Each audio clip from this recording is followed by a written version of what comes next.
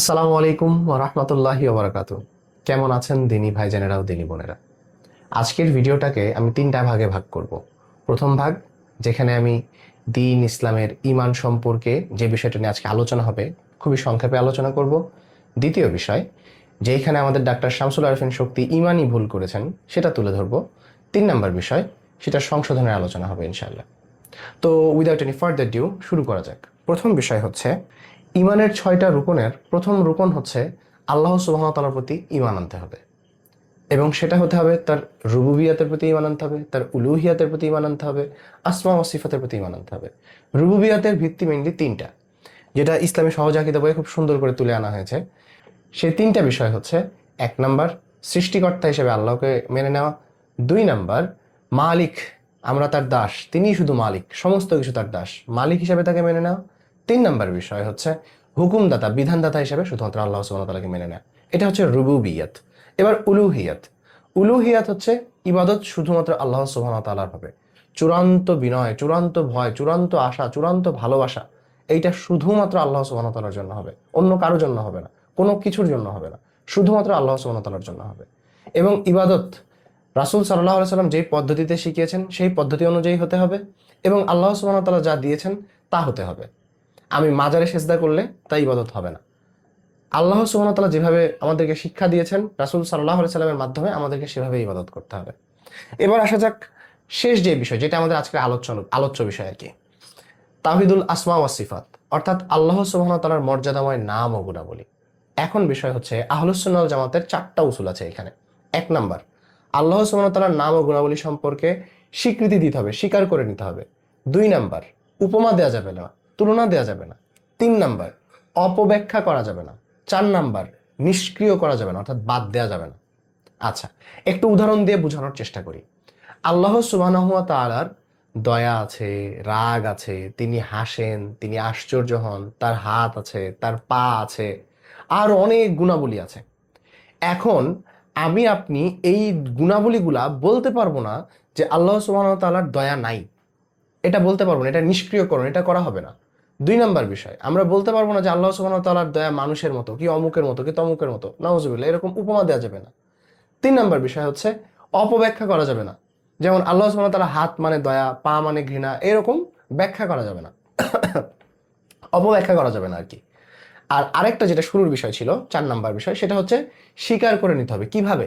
যেইভাবে রাসূল সাল্লাল্লাহু আলাইহি সাল্লাম আমাদেরকে দিয়েছে, কুরআন সুন্নাহয় যেইভাবে আছে, সাহাবীরা যেইভাবে বুঝছেন ওইটাই নিয়ে নিতে হবে। কেন? কারণ এটা তাওকীফি বিষয়, এই বিষয়ে ইজতিহাদের কোনো জায়গা নাই। কুরআন সুন্নাতে যেইভাবে আছে সেইভাবেই নিয়ে নিতে হবে। এবং এইটার উপরে হানাফি, শাফেঈ, মালিকি, হামলি, যত রকমের আলেম ওলামা ছিলেন সবাই একমত হয়ে গেছেন। মজার ব্যাপার হচ্ছে, রিসেন্টলি আমাদের আব্দুল্লাহ মৃধা ভাই, বিশিষ্ট দায়ী হাফেজাহুল্লাহ, উনি ইজমাই আকিদা বই নিয়ে আসছেন, যেখানে ইমাম হারবাল কিরমানি রাহিমাহুল্লাহ, যিনি 250-60 হিজরির আশপাশে মারা গেছেন, তিনি ইজমা নিয়ে আসছিলেন ওই সময়ের। তো সেই ইজমাটা আব্দুল্লাহ মৃধা ভাই আমাদেরকে দেখাইছেন এই বইয়ের মাধ্যমে, আপনারা এটা দেখতে পারেন। তবে আমার সব থেকে মজা লাগছে যে বইটা পড়ে, সেটা হচ্ছে আল ইবানা উসুলুদ দিয়ানা। এই বইটা হচ্ছে আশআরি মতবাদের ছিলেন ইমাম আশআরি, আবুল হাসান আল আশআরি, যিনি শেষ জীবনে আহলুস সুন্নাহ ওয়াল জামাতে চলে আসছেন। এটা তার লেখা বই। এইখানে তিনি নিজে সেগুলো সংশোধন করেছেন। প্লাস আমাদের দেশের হানাফি মাযহাবের বড় বড় আলেম যাকে মনে করা হয়, অন্যতম বড় আলেম যাকে মনে করা হতো, রাহিমাহুল্লাহ, খন্দকার আব্দুল্লাহ জাহাঙ্গীর রাহিমাহুল্লাহ, তিনি ফিকহুল আকবর বইয়ে তিনি পর্যন্ত নিয়ে আসছেন। এই যে এইখানে আপনার 233 পৃষ্ঠা থেকে নিয়ে শুরু করে আপনারা যদি 271 পৃষ্ঠা পর্যন্ত পড়েন, যারা আমাদের হানাফি মাযহাবের ভাইজানেরা আছেন, তারা যদি ইমাম আবু হানিফা রাহিমাহুল্লাহর লেখা এই বই, যেটা খন্দকার আব্দুল্লাহ জাহাঙ্গীর রাহিমাহুল্লাহ নিয়ে আসছেন, এটা পড়েন, এখানেও একই কথা পাবেন। ইভেন এই যে এই বই যেগুলো দেখতেছেন, শেখ সালেহ আল ফাওজানের বই আছে, এখানে ইমাম ইবনে আবিল ইজ আল হানাফি রাহিমাহুল্লাহ ওনার বই আছে, এখানে আকিদাতুত তাওহীদ আছে, এখানে কালিমার মর্মকথা আছে। উসুলুল ঈমানটা মাফ করবেন, আপাতত আমার অ্যাভেলেবল নাই, ওইটা কেউ একজন নিছে।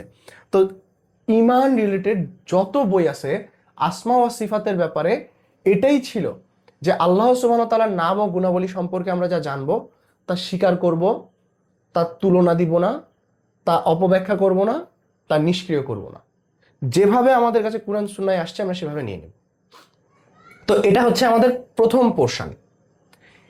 এবার দ্বিতীয় পোরশনে আসি, যেই জন্য আমাদের শাইখুল আকীদা হাফিজাহুল্লাহ তিনি সতর্ক করেছেন ডাক্তার শামসুল আরেফিন শক্তি তার সম্পর্কে। তিনি তার পরাণবন্দি বইটাতে, আসলে পরাণবন্দি বলা যায় কারণ এইখানে পরাণকে আকীদার বাইরে নিয়ে আসা হয়েছে, যার জন্য পরাণটা বন্দি হয়ে গেছে। তো তিনি এখানে দেখেন বলতেছেন যে, আমি হুবহু কোট করতেছি, শয়তানের আরেকটা ফাঁদে আমরা পড়ে গেছি। মুসলিম সন্তানরা আল্লাহর অস্তিত্বকেই অস্বীকার করছে। সেখানে আমরা আল্লাহর সিফাত নিয়েও না, সব কিছুতে একমত, শুধু চোখ, হাত, আরশে বসা এগুলো আল্লাহর সিফাত কিনা তাই নিয়ে তর্কাতর্কিতে লিপ্ত। পয়েন্ট টু বি নোটেড, উনি এটা তর্কাতর্কি বলতেছেন। এটা একটা পয়েন্ট মনে রাখবেন। বিজ্ঞানের নামে পুরো পশ্চিমা জ্ঞান কাঠামো আমাদের সন্তানদেরকে আল্লাহর অস্তিত্ব অস্বীকার করা শেখাচ্ছে, মানে নাস্তিক্যবাদ শেখাচ্ছে। মিডিয়া, পত্রিকা, রাষ্ট্র মিলে উঠে পড়ে লেগেছে আল্লাহর কর্তৃত্ব অস্বীকার করার জন্য, অথচ এগুলোই আমাদের আকীদার আলোচনায় নেই। সুবহানাল্লাহ। অথচ রুবুবিয়াতের মধ্যে এই আলোচনাটাও আছে, আমাদের শায়েখগণ করেন। সেখানে আমরা মুসলিমরা সিফাতের মাসালারও এক ছোট্ট অংশ নিয়ে পরস্পরকে বাতিল করছি, পর করে দিচ্ছি। ছোট্ট মাসালা, সুবহানাল্লাহ, ছোট্ট মাসালা এটা। আল্লাহ সুবহানাহু ওয়া তাআলার সিফাতকে অস্বীকার করে ফেলতেছে, এটা ছোট্ট মাসালা। এইখানে উনি দেখেন নোটে আবার কি বলছে, নোটে উনি বলতে চাইছে যে এখন চলছে হাত, পা, চোখ বসা আল্লাহর সিফাত কিনা, এইটা নিয়ে চলতেছে তর্কাতর্কি, বিবাদ। এইগুলা ভুলে যেটাতে এক আছে সেটাতে আসা যায় কিনা, মানে ঐক্য করতে চাচ্ছে। ভেরি গুড, ঐক্য আমরাও করতে চাই। ঐক্য অবশ্যই মুসলিমদের হওয়া উচিত। সেটা কিসের ভিত্তিতে? কুরআন সুন্নাহর ভিত্তিতে, কোনো নির্দিষ্ট ব্যক্তির মতামতে তো না। তো উনি মেনলি বলতে চাচ্ছে আল্লাহর সিফাত নিয়ে এটা তর্কাতর্কি। সুবহানাল্লাহ, এটা ইজমা। এটা আলেমগণ শুরু থেকে নিয়ে বলে আসতেছেন। আলেমের পূর্বে সাহাবারা বলছেন, রাসূল সাল্লাল্লাহু আলাইহি সাল্লাম বলছেন, একাধিক দলিল। আল্লাহ সুবহানাহু ওয়া তাআলা তার পা জাহান্নামের উপরে রাখবেন, তখন জাহান্নাম বলবে যথেষ্ট যথেষ্ট।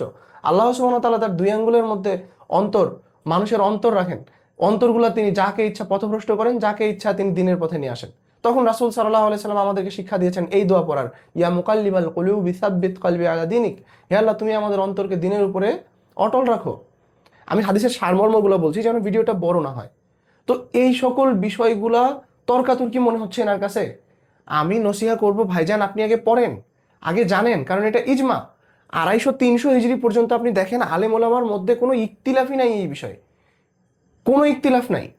তাহলে এটা তর্কাতর্কির বিষয় কি করে হচ্ছে? একটা উদাহরণ দেই, এটা দুনিয়াবি উদাহরণ, হ্যাঁ, বোঝার চেষ্টা করবেন। ধরেন এই বইটা আমার, আমি তৌফিক, এই বইটা আমার, আপনারা দেখতে পাচ্ছেন এই বইটা আমার। এখন এক ভাই এসে বলতেছে এই বইটা তৌফিকের না, এই বইটা আমার। আরেক ভাই এসে বলতেছে না না, এই বইটা তৌফিকেরই। চতুর্থ আরেক ভাই এসে বলতেছে যে না না, তৌফিকের বই কি বই না, এটা পরে দেখা যাবে, আগে তৌফিকের সাথে যে সকল বিষয়গুলোতে একমত সেসব বিষয়ে আসি। এইটা কিন্তু আরো বেশি খারাপ। কেন? কারণ জুলুম করে আমার বইটা এখন চতুর্থ ব্যক্তি এসে বলতেছে যে না, এটা বাদ থাক, অন্য বিষয়গুলো দেখি, আসো সমন্বয় করি, অথচ জিনিসটা তো আমার। এটা জুলুম। এটা যদি ব্যক্তি পর্যায়ে আমার এরকম হয়, তো আল্লাহ সুবহানাহু ওয়া তাআলা এই সকল থেকে অনেক ঊর্ধ্বে। এখন শামসুল আরেফিন শক্তি সে এগুলা মানুক না মানুক আল্লাহর কিচ্ছু যায় আসে না। আল্লাহ সুবহানাহু ওয়া তাআলা সারা পৃথিবীর মানুষ যদি তার ইবাদত না করে তার কিচ্ছু যায় আসে না। আল্লাহ সুবহানাহু ওয়া তাআলা হচ্ছেন মহাপরাক্রমশালী, তার কিচ্ছু যায় আসে না যদি 2-4 জন 10 জন 1000 মানুষ তার সিফাত অস্বীকার করে, তারা গোমরাহ হবে, তাদের ক্ষতি। আল্লাহ সুবহানাহু ওয়া তাআলার কিচ্ছু যায় আসে না। আল্লাহ সুবহানাহু ওয়া তাআলার সিফাত যেমন তেমনই, তার মর্যাদার সাথে যেমন যায় তেমন। আমরা এটার অপব্যাখ্যা করি না, আমরা এটার তুলনা করি না, আমরা এটা নিষ্ক্রিয় করি না, আমরা এটা স্বীকার করিনি, যেভাবে কুরআন সুন্নাতে আসছে সেভাবেই। তো সহজ বিষয় হচ্ছে ডাক্তার শামসুল আরেফিন শক্তি ভাই, যিনি এই বিষয়গুলো নিয়ে আসছেন, এইটা ইমানের ইজমা বিষয়। তো আপনারা যারা ডাক্তার শামসুল আরেফিন শক্তি ভাইয়ের লেখা পড়ছেন, আমি জানি না তিনি কেমন ডাক্তার, কি তার অন্য বই কেমন কি অবস্থা, তবে দিনের বিষয়ে তার কাছ থেকে ইলম নেওয়া এজন্যই আমাদের শাইখুল আকীদা নিষেধ করেছেন। যে কিনা আলেমদের ইজমার বিষয়ে এরকম খুবই বাজে কথা বলতে পারে, যে আমাদের দিনের আল্লাহ সুবহানাহু ওয়া তাআলা, যে আমার আল্লাহর সিফাতকে মানছে না, আমি তার বই পড়বো কেন? আমি কেন তার বই পড়বো? আমার তো কষ্ট লাগে। ভাই যদি মেনে নেয়, ডাক্তার শামসুল আরেফিন শক্তি সে যদি মেনে নেয় এই সিফাতগুলো, এই ইজমাগুলো যদি সে মেনে নেয়, সে আমার দিনই ভাই। কিন্তু সে যখন মানছে না, সে তো আমার আল্লাহ, আমার রব, তার সিফাতকে সে মানছে না, আমি ওকে কেন ভালোবাসবো? সে তো আমার রবের সিফাতকে মানতেছে না, যেটা রাসূল সাল্লাল্লাহু আলাইহি সাল্লাম সাব্যস্ত করে গেছে, যেটা ইখতিলাফের কোনো বিষয়ই না, মারামারির বিষয়ই না। সেটা যদি উনি কয়েকজনের মাধ্যমে, কয়েকটা আলেমের, ভ্রান্ত আলেমদের দলিল নিয়ে এসে যদি বলে যে এটা ইখতিলাফি বিষয়, সেটা তো আমি মানবো না, আমরা কেউই মানবো না, আহলুস সুন্নাহ ওয়াল জামাত কখনোই মানেনি। তো দ্বিতীয় এবং তৃতীয় পোরশন এটাই ছিল, তার ভুল এবং তার সংশোধন। তার সংশোধন হচ্ছে তাকে আহলুস সুন্নাহ ওয়াল জামাতের ইজমাতে ফেরত আসতে হবে, তাকে পড়াশোনা করতে হবে। যেটাতে ইমাম আবু হানিফা, যেটাতে ইমাম শাফি, যেটাতে ইমাম মালিক, যেটাতে ইমাম ইবনে হাম্বল, যেটাতে শাইখুল ইসলাম রাহিমাহুল্লাহ, যেটাতে ইমাম ইবনুল কাইয়িম রাহিমাহুল্লাহ, যেটাতে আব্দুল আজিজ বিন আব্দুল্লাহ বিন বাজ রাহিমাহুল্লাহ, যেটাতে মোহাম্মদ নাসিরউদ্দিন আলবানী রাহিমাহুল্লাহ, যেটাতে সকল আলেম, ইমাম শামসুদ্দিন জাহাবী রাহিমাহুল্লাহ, যেটাতে সকল সকল আলেম একমত হয়ে গেছে, সেই বিষয়ে আসতে হবে। ভ্রান্ত ফেরকা কি বললো না বললো সেটার জন্য ইখতিলাফ তৈরি হয় না, ওগুলো ইখতিলাফ না। আমি যদি এসে এখন আপনাকে বলি, আপনার বাসাতে এসে বলি এই বাসা আমার, দিয়ে তৃতীয় জন যদি এসে বলে এই বাসা নিয়ে ইখতিলাফ আছে, আসো মামলা করি, তাহলে জিনিসটা ইখতিলাফ না, জিনিসটা জুলুম। তো এই পড়াশোনাটা অ্যাটলিস্ট তার থাকতে হবে, এটাই সংশোধন। তো আপনাদের কাছে আমার বিনীত অনুরোধ, আমি নিজেকে সহ আপনাদেরকে নসিহা করছি, ভ্রান্ত দায়ী ভ্রান্ত আলেমদের থেকে সাবধান হন। দিন হচ্ছে সনদ, সনদ অনুযায়ী দিন নিতে হবে। আমি নিচ্ছি শাইখুল আকিদা আবু বকর মুহাম্মদ জাকির হাফিজুল্লাহর কাছ থেকে। তিনি কার কাছ থেকে নিয়েছেন? তিনি নিয়েছেন মদিনা ইউনিভার্সিটি থেকে। মদিনা ইউনিভার্সিটি কার কাছ থেকে নিয়েছে? আব্দুল আজিজ বিন আব্দুল্লাহ বিন বাজ থেকে। আব্দুল আজিজ বিন আব্দুল্লাহ বিন বাজ রাহিমাহুল্লাহ কার কাছ থেকে নিয়েছে? শাইখুল ইসলাম ইবনে তাইমিয়া রাহিমাহুল্লাহ থেকে। শাইখুল ইসলাম ইবনে তাইমিয়া রাহিমাহুল্লাহ কার কাছ থেকে নিয়েছে? ইমাম বুখারী থেকে। ইমাম বুখারী কার কাছ থেকে নিয়েছে? ইমাম আহমদ ইবনে হাম্বল থেকে। রেওয়ায়েতের যে সনদ হয়ে চলে আসতেছে, এইটার উপরে যদি আমরা থাকতে পারি প্রথম 3 প্রজন্মের বুঝ অনুযায়ী, এবং রাসূল সাল্লাল্লাহু আলাইহি ওয়াসাল্লাম আমাদের জন্য যা দিয়ে গেছে সেটার উপরে, কোনো সমস্যা হবে না। যখনই নিজের বুঝ, নিজ দর্শন, বিজ্ঞান কি বলছে, আশপাশের মানুষ কি বুঝাচ্ছে, এটা বুঝতে যাব, তখনই দিনের বিষয়ে সমস্যা হবে। ঠিক এইভাবে এত ফেরকা তৈরি হয়েছে। আর পরিশেষে কথা এটাই যে ভিডিওটা নসিহার জন্য। ডক্টর শামসুল আরেফিন শক্তির সাথে আমার পার্সোনালি কোনো সমস্যা নাই, বরং সে আমার আল্লাহর সিফাতকে অস্বীকার করেছে। সে আমার আল্লাহর সিফাতকে বলতেছে যে এটা সাব্যস্ত করা, এগুলো কথাবার্তা নাকি তর্কাতর্কি।